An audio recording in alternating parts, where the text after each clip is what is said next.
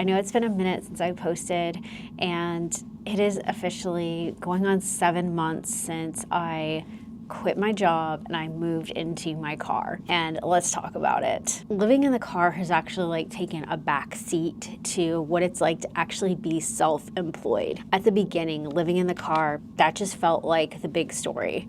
But really the bigger story was becoming self-employed and what that's like now. It's been a wild, wild ride. I had like the worst catastrophizing, like right after I moved into my car. I was applying for food stamps within like 72 hours. I did not qualify for those because I still had a residual W-2 income with my YouTube income that made me ineligible. And by the time it was time to apply again, I was not eligible. Something that about being self-employed that happened that I didn't see coming was ending up in this sort of middle ground. And in my mind, I was either just going to be this like rich YouTuber, or more likely I was just going to be below the poverty level but happy. And that's honestly what I was anticipating. But I really soon realized that my income was higher than I thought it was going to be. So I found myself kind of in this quote unquote middle class, if you will, and having to pay for everything like health insurance and everything. So it was sort of like very mixed feeling because I was very proud of myself, but it was also like a reality shock. But I'm very happy to report that as of now, from the last several months, I have managed to replace my full-time working in a warehouse income with YouTube income. So I'm honestly doing a little better than I was in the warehouse, but I also haven't paid taxes yet. I was not aware that you're supposed to pay quarterly. I just found that out. So I'm gonna have to file my taxes in 2026. I'm gonna have to do like everything, and there will be like some deductions, but that is like a whole nother situation that like I just did not know about. Like I knew nothing about being self-employed, and I didn't realize what a profound change it would make. I feel like a totally different person. I cannot imagine asking another adult for the day off. I just love working when I feel like working, when I want to work. And it just feels like you don't have this bridle on you. You know, it's all you, and it's hard because like the responsibility does lay on you. Like, you know, if I don't work, I don't create, then I'm gonna be up the creek. But the thing is that when you want to do something anyway, like you want to do it, then it feels good. And there are some times where I've really scared me because I've gotten burned out and I've not wanted to create. I've not wanted to make videos. And I've thought, what's wrong with me? Is YouTube not for me? Like, what is wrong with me? And I was so relieved when I was listening to a podcast. I think it was like Alex Hermosi, and he said, if you like what you're doing all the time, then you're not disciplined enough. And that was like a huge relief to me because there's so much work that goes into this, like into like my main channel, like so much like planning, and just the editing itself is just, I mean, I could spend like 3 days editing one video. And sometimes it just really sucks and I don't want to do it. And I'm just like, this sucks. I just want to go work in a warehouse. I want to put my headphones on. Yeah, just tell me what to do. I'm done. I don't want to do this. You know, I'm tired of not getting enough sleep. Like, I'm tired of being alone. Like, this is hard. And it really scared me because I'm like, oh no, maybe YouTube's not for me. Like, what if I'm burning out? I don't think this is for me. No matter what you do, like, you're gonna hit those road bumps. Like, let's say you're like passionate about gymnastics. Well, you get into gymnastics far enough, like you're gonna be in pain. Like, it's gonna hurt. And you could think, oh, well, gymnastics is not for me. I'm gonna take up ice skating. And then you get ice skating, but if you get far enough into that, you're gonna run into the same thing. So that is like a relief to me. So I'm like, no, it's not that YouTube's not for me. It's not that I don't like editing. It's just with like anything else, if you take it far enough, it will hurt. And YouTube, it hurts sometimes. And sometimes like it really hurts. Like I like deleted some footage.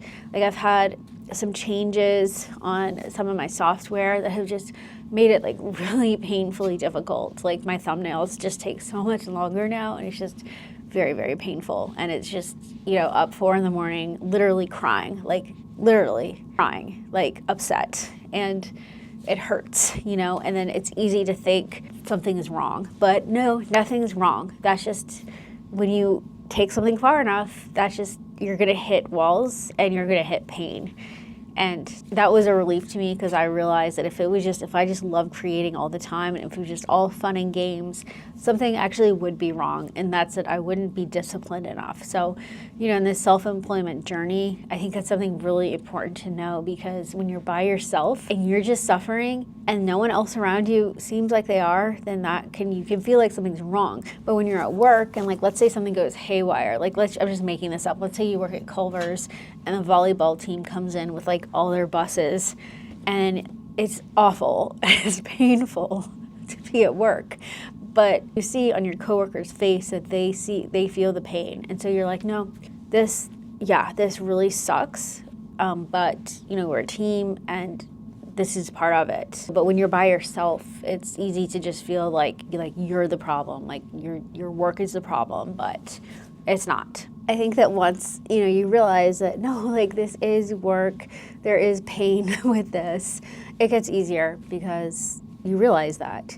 I feel like a softer person because I used to working a full-time job and doing YouTube. I just was always so in just such a desperate situation, whether trying to get to work and get a video out. And I feel like just being able to focus on one thing, that has just sort of softened me a little bit. I just feel like I'm a more patient person. I'm not the person in line at the post office, that. I just feel like I have a little bit of breathing room, and it also comes with a little bit of negative because I feel like, now listen, I'm not diagnosing myself or anything, but sometimes it can, when you're running on adrenaline for years and then you get to a place where you feel more stable, there is a little bit of I'm just putting in air quotes, but it's depressive funk kind of, where all that anxiety and all that adrenaline, it doesn't go into a vacuum. And so it can manifest itself in kind of a feeling that something's wrong when nothing's wrong. So that has been a little bit of an issue just because I'm not just so in overdrive all the time. I will say that I do have some days where I wish I could just go work at the warehouse. I'm not saying that I want to go work at the warehouse all the time, but the decision fatigue is real. And sometimes I just wish I could put my headphones on. If I'm having a $100 day on YouTube and the warehouse is paying $100 a day, it's almost like I just wish I could go put my headphones on, go to the warehouse, just tell me what to do. Just tell me what to do and I'll just go do it.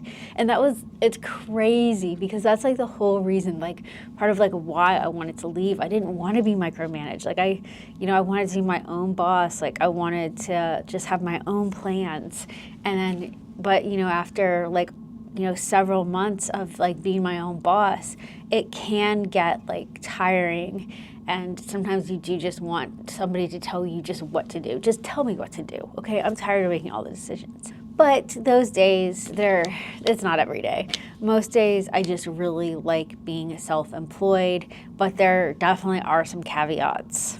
Health insurance, I just did not imagine having to pay $500 a month for health insurance. When I left my warehouse job, that's something that I'm oh, I'll just either be rich or I'll just be on Medicaid. Probably just be on Medicaid, whatever, it's fine. But that didn't happen. I ended up in the middle. And in the middle, there's no help. If you've ever, I'm always somebody who's always kind of struggled, in my adulthood. I've really struggled through my adulthood, and I've always been eligible for stuff, and for the first time it's no, there's no help, and it's a good feeling too. It is. I'd prefer to not be eligible and be where I am and moving ahead than where I was before, so I'm not complaining, but it's something that I was not really emotionally prepared for. I was oh my gosh, this is wow. There's some definite caveats with being self-employed. Community has been really tough. I know that a lot of people, you see on YouTube who travel in vehicles, it may seem like they're traveling all around, but I have a hunch that even the people who travel all around, they still have a handful of places that like are their places that they come back to and that they enjoy. And I am the same way. I've garnered a few spots where I'm just like, I could spend some time here. And those may be like replaced someday with new places. But I've decided that, I do want to try to cultivate like some type of community in those preferred to me places.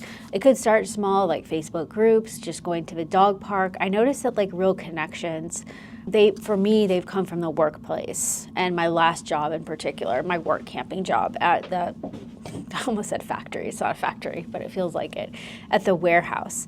And it's hard to like replicate those type of interactions because I think it's that habitual daily interaction that really helps to foster those relationships. And when you don't have that, when you're just off on your own, you're like kind of like a lone wolf like I am, it gets lonely. It gets really lonely really fast. So I've really, I'm committing myself in 2006 to 26 to really try and like cultivate community. I'm making lists of things that I can do that are natural, maybe hiking club, things that I can involve Parker in to where we can try and connect with certain communities. Because the truth is that no matter how much you travel around, I believe that people are just, myself included, you're going to gravitate back towards just those places that are comfortable for you. But going back to the original premise, I feel like living in a car is just very reversible. Like it's a lot more like reversible than I thought. Like I could be totally burning out from living in my car, but then I go like to my parents' house for the holidays and stuff, and it's like reversible. But like self-employment, like that's not like reversible. Like it doesn't change. And so I think that was like really eye-opening for me this year. I will say that even though I moved into my car at like an unexpected time and I was not feeling prepared for it. This was something I wanted to do a few years later. I wanted to take care of some medical things. I wanted to get a new vehicle. I wanted to have savings. I had those goals and I didn't meet any of those goals before I moved into my car and quit my job, but it was really hastened by the whole apartment situation with the cockroaches. And I think it was a blessing in disguise because I fear that I may not have made that jump. So I'm kind of happy that happened now because my life like is so good right now. I mean, it's so much like, it could use some improvements, don't get me wrong. It could, but it's so much better than like what it was. I still like really miss my coworkers and I miss that interaction a lot. But overall, like I know that like I wouldn't be happy like living my life like that. I feel like I was slowly dying inside. My creativity was just corroding, counting little pieces out and putting them in a bag. I couldn't do that for the rest of my life. And so a part of me was kind of dying inside. And so now I love how I wake up and it's like, instead of a swimming pool, it's like swimming in an ocean. Like there's no limit. There's no limit to your earnings. I mean, I'm not saying that like I'm making that much, but I'm just saying just mentally, just knowing that your income is not capped each month. And look, you could come out lower. Like there's months, I've had months. Let me tell you about this summer, okay? My first couple months out there self-employed, let's just say you'd know it was like, you get paid on YouTube on the 21st, unless it's a weekend. You'd know that it was like the 20th because I'd have like a can of ravioli like on my dashboard. It was like, I was so broke like my first 2 months out. Because again, I hadn't built a savings because I hadn't planned for this. And it was just ridiculous. Like I would be like almost running out of gas, but then my battery would be dying and I'd have to like decide, like I'd be like trying to run the car to like keep the AC going. But it was crazy. The first 2 months were really hard. I tried to keep it fun and upbeat as much as possible, but it was very hard behind the scenes. I would say around the fall, my earnings really started to improve and I started to see much more equivalency to what I was making in the warehouse. And then as the season, like holidays came around, that's when they started going above what I was making in the warehouse. But being self-employed, YouTube, is always going to change. So I could hit those same summer slumps this summer. So I have to be like prepared for that. But right now I'm definitely hitting my goal was like to try and replace my warehouse job, maybe not even that much. So I've actually done better than that, and I'm really, really happy with it. But it was not easy at first, and I was really scared at first. I could go my whole life and never exceed what I am making now financially. In fact, I could even go backwards. But I feel like just mentally knowing that I'm swimming in an ocean where my income is not capped, that makes life more enjoyable. It makes life more exciting, and it gives me more motivation to keep going. So like I said, my whole life, let's just say I can't see the future, but we know what the future is, that I'm never gonna make a penny more than what I'm currently making. I'm still gonna go through my life living, looking outward, looking upward, with the potential of garnering more income. And I personally like that. I find that energizing. I just find it better. So even though it's harder sometimes in some ways, I wouldn't want to go backwards to what I feel like I was doing before. Not that that work was, I'm not trying to say that that work is less, or that it's, and I don't mean to say that in any kind of way, but just for me mentally, I like the breadth of the ocean. And comes with risk, although I will say with AI and layoffs, I think that self-employment is starting to be viewed as something less of something, just so weird. I personally have not had, really any issues with self-employment income, applying for certain things. I think it's probably better than it was maybe 5-10 years ago. And I think that trajectory will continue to improve. That's just my opinion. Just given layoffs with the induction of AI into so many jobs. Yeah, it's, when you're a lone wolf in that ocean, yeah, it's challenging, but it's worth it, and I love it. So I think this year is going to be about adjusting. 2025 was just insane. It was just an insane year. I mean, quitting your warehouse job, moving into your car. Oh my gosh, so much new, just always on adrenaline, trying to just survive. But I think that 2026 for me is going to be really about adjustment and realizing that even nothing is wrong. I could get all my work done and just have a quiet evening with my tea and watch a show on my tablet, and nothing is wrong. And accepting that, and not just always being running around, just always just on an adrenaline rush, trying to get all these things done, and realizing that it's okay to sit with myself, having worked hard all day, and nothing be wrong. And I'm really excited for 2026. I'm hoping to get a new to me vehicle this spring, and go to some places that I've never been before out west. So I think it's going to be a great year. Tell me what you guys have on tap for your year, or what you're hoping for.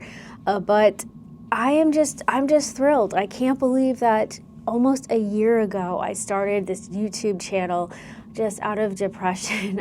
I was so tired. I was just so tired. I was so overwhelmed. And I just started a YouTube channel just because I wanted a place to talk about stuff and connect. And here I am almost a year later. This channel's almost monetized. I'm something 20 or 30 hours away from monetization. And I just can't believe it. It's just unreal to me how that happened. Let's let this be the year of just going for it. And that doesn't mean when we start something where we are, that doesn't mean that improvement is not necessary and hard work is not necessary to move forward. But you don't need to count on that now to start something. And I think that is key. So let's let this be the year that we start something and we stick to it, and we keep improving. So that's the learning curve, is that we improve as we go. If we don't start here, then it's just, and we all just can improve so much. I know I can. And so I hope this year will just be a year of adjustment and improvement and consistency. And I think it's going to be a good year. So I will try and do another video soon. I didn't do a video for so long because I wanted to wait for an appropriate time to update, and I was going to do an update within the first few months of moving into my car, but I'm really glad I didn't, because it was just so insane and just getting used to it. And there were so many just crazy variables that I feel like didn't paint a clear picture of what was going on. And now I feel like I have a really good taste. I've seen the lows and I've seen the highs. The lows being this summer, getting started, really, views in the summer really slump. And then around the holidays, it really goes up, like your AdSense goes up, views go up. And so I've really seen like what it's like to be down here and up here. And so I feel like I can give a more balanced perspective. And I'm really hoping that I can kind of have a balance of that and see that into 2026. So I think it makes sense like why I waited to do an update. And I'm really glad I did wait, just so I could see kind of the low and the high, and probably anticipating a more middle ground as we head into 2026. And so, yeah, I'm glad I waited on this. Yeah, I just really see that living in the car, some of those effects like are reversible. Like I could be getting really burned out and then it could be reversible, but self-employment is not so reversible. It's, you're dealing with health insurance and taxes, and you're breaking ties. I mean, if you don't mean to, when you're leaving a job, I mean, it doesn't mean you can always just like walk back into it. Maybe you can, but things change, economies change. And even if you did a great job back at your W-2, it doesn't mean they'll be hiring, if you want to go back necessarily. So yeah, it's not so reversible. So I tended to think that the big story here was, moving into my car, and it felt like it, but really the big life change here was becoming self-employed, quitting that warehouse job, becoming self-employed. So yeah, all right, you guys. So I will hopefully have another video. It won't be so long before the next one. So I'm at the library today. I'm going to go pick up Parker from his little daycare, and we will see you in a future video. Bye.